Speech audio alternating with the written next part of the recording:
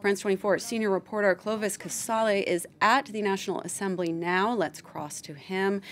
Clovis, what can we expect in Parliament today? Is it going to be as heated as we've seen in the streets? Possibly not as heated as on the streets, but you can expect a lot of debates and arguments here at the National Assembly. This pension reform is the flagship reform of President Macron's second term in office, and a hotly contested one. He wants to raise from 62 to 64 the age of retirement, but also bring to 43 the number of years you need to have worked in order to get your full pension. This has sparked the opposition of many politicians, many ordinary French citizens. Remember last week, at least 1.3 million people on the streets, many French people striking, and that will happen again tomorrow. We'll have to see if there are just as many people again turning up on the streets against this reform.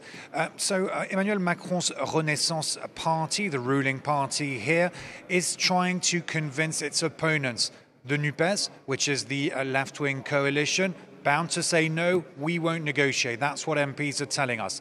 Then you've got the French far right, the RN of Marine Le Pen. They're opposed to any type of negotiation.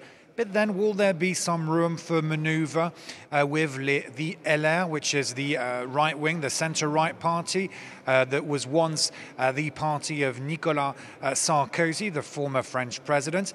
They, at least some of those politicians from LR, might join Renaissance in voting for this pension reform. The problem is really for Emmanuel Macron, he hasn't got the absolute majority here at the National Assembly, and that's why he has to battle. And battle clearly is the word today. The bill will be discussed for the next 10 days or so, and then there's about 50 days for the National Assembly and the Senate to agree on this bill, but it's going to be very hard. And we see that this bill is not extremely popular with the public, but Macron argues he told the French people that he was going to reform retirement during the last presidential campaign in April. He still won. So how is that argument working for him now? Precisely. That's what the President Macron is saying.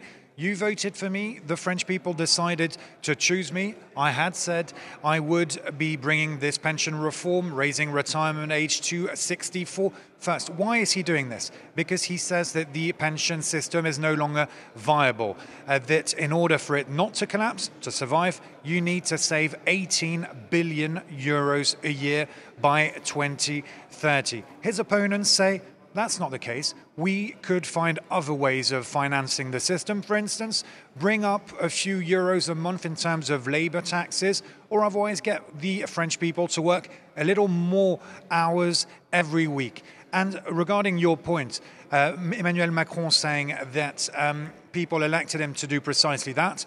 His opponents, the left wing notably, saying, no, the French people only voted you in the second round of the election to prevent far-right leader Marine Le Pen from winning. So these opponents of Macron saying that Macron was, of course, elected, but not necessarily with that overwhelming majority he wanted. France 24's Clovis Casali with his eye on the National Assembly today. Thank you so much for your reporting.